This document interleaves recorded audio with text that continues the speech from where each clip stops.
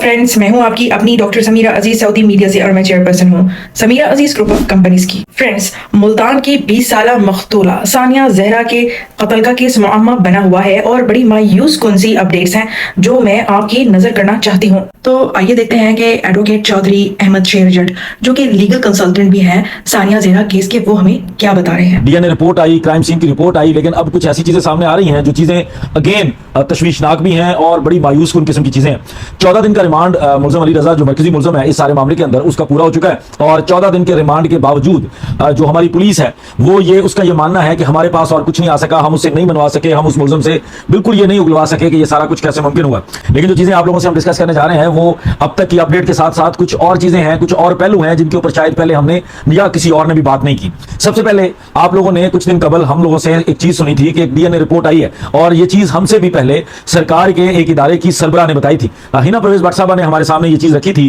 कि वो कपड़ा, वो दुपट्टा जो उस बच्ची के गले के साथ लिपटा था और दूसरी तरफ पंखे से बंधा था, उसकी नोट के ऊपर 3 लोगों का डीएनए पाया गया था। और उसके बाद आप लोगों ने हर तरफ खबरों में ये देखा कि मुलजम अली रजा, उसकी वालदा और उसकी बहन के ऊपर ये इल्जाम आ रहा है और ये इल्जाम साबित हो रहा है उस डीएनए रिपोर्ट से कि इन 3 लोगों के डीएनए पाए गए हैं, जिसका मतलब ये है कि इनका डायरेक्टली उस कपड़े के साथ ताल्लुक है जिस कपड़े के साथ उस बच्ची को, जो कपड़ा उसकी बच्ची के गले पर बांधा गया। और उसके बाद दूसरी तरफ क्राइम सीन की रिपोर्ट और डीएनए रिपोर्ट और वो सारा एनालिसिस जो फोरेंसिक लैब का था, उसके मुताबिक ये कभी मुमकिन नहीं है कि उस कपड़े के साथ उस बच्ची की उस कपड़े के साथ गला घुटने से मौत हो, बल्कि ये हो सकता है कि उस बच्ची की मौत किसी और चीज से हुई हो और वो कपड़ा बाद में उसके गले में बांधा गया हो। अब आप लोगों के सामने 2 चीजें रखनी है। सबसे पहले ये कि उस कपड़े के बारे में एक नया मौकफ सामने आया है और उस कपड़े के बारे में जो मौकफ सामने आ रहा है, मुद्दई को पुलिस की तरफ से वो मौकफ बताया जा रहा है कि मुलजम अली रजा का उस कपड़े के मुताल्लिक मौकफ क्या है। और जब आप लोग सुनेंगे तो आप लोग भी यकीनन ये समझेंगे जिस तरह के मुद्दई का मौकफ है कि बिल्कुल एक मज़ाक़खेज़ किस्म की लॉजिक दी जा रही है, जिस लॉजिक को कोई भी प्रूडेंट माइंडेड बंदा जो है वो नहीं मानेगा। एक डीएसपी साहब के अकॉर्डिंग, जो कि इस तफ्तीशी टीम का हिस्सा है, उनके मुताबिक उन्होंने मुद्दई को यह बताया है कि उनके सामने मुलजम अली रजा ने अपना एक नया मौकफ पेश किया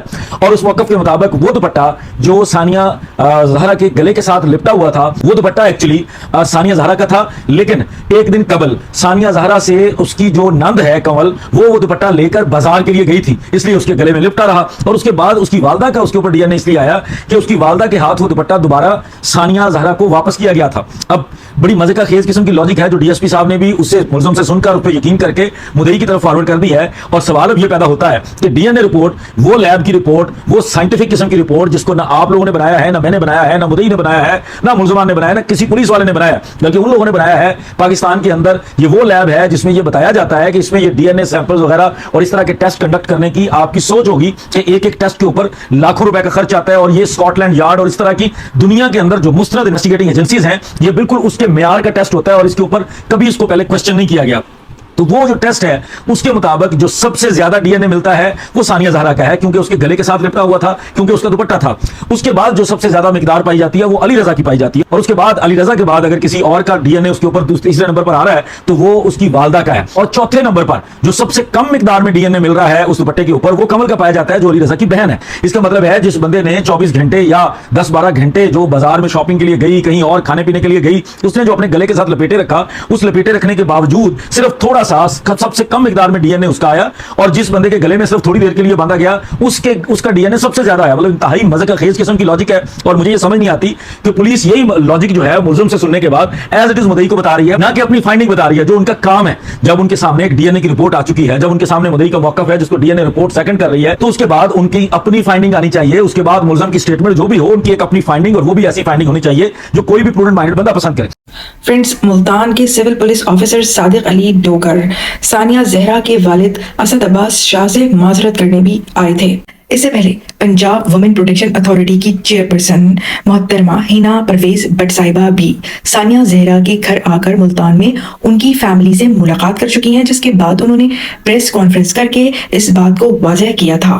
कि सानिया जहरा का कत्ल हुआ था, उन्होंने अपनी जान खुद नहीं ली थी। फ्रेंड्स, अब अनकरीब सेनेट की ह्यूमन राइट्स कमेटी के सामने सानिया जहरा केस की तफ्तीशी टीम हाजिर होगी और हम देखेंगे कि तब क्या होगा। 19 तारीख को सेनेट की ह्यूमन राइट्स की जो स्टैंडिंग कमेटी है, जो सेनेट की कमेटी है ह्यूमन राइट्स की, उसके सामने इस मामले की सुनवाई होगी। और 19 तारीख को सेनेट के सामने, सेनेट की उस कमेटी के सामने जो है वो तमाम पुलिस की तफ्तीशी टीम, वो जो मेंबरान इस वक्त तफ्तीश कर रहे हैं, और होपफुली सीपीओ भी, इन सीपीओ मुल्तान भी इन लोगों को बुलाया गया है और इन लोगों से रिपोर्ट ली जाएगी। वो भी जो डिटेल्स आएंगी हम आप लोगों के सामने रखेंगे। फ्रेंड्स याद रखें, आपने जुड़े रहना है हमारे साथ सानिया जहरा केस को लेकर, और हर वीडियो इस मुनासबत से आपने शेयर करनी है और अपनी कमेंट्स भी जरूर दीजिए। याद रखिए कि सानिया जहरा केस में इंसाफ के लिए अगर थोड़ी भी मुस्बत पेशरफ्त हुई है तो वो आप ही की वजह से है, सोशल मीडिया की वजह से है। आप एक पावर है, मंजिल अभी दूर नजर आ रही है, तो आपने जमे रहना है, हमें सपोर्ट करना है, सानिया जहरा को सपोर्ट करना है, उस मासूम सी लड़की को सपोर्ट करना है जो सिर्फ और सिर्फ अपना घर बसाना चाहती थी, जिसने सबर की हद कर दी और जान से गई। ऐसा किसी और के साथ नहीं होना चाहिए। मैं फिर आऊंगी, फिर मिलूंगी एक और नई इंफॉर्मेटिव सी वीडियो के साथ, सानिया जहरा केस की अपडेट के साथ। टिल द नेक्स्ट वीडियो, मस्सलामा, बाय बाय।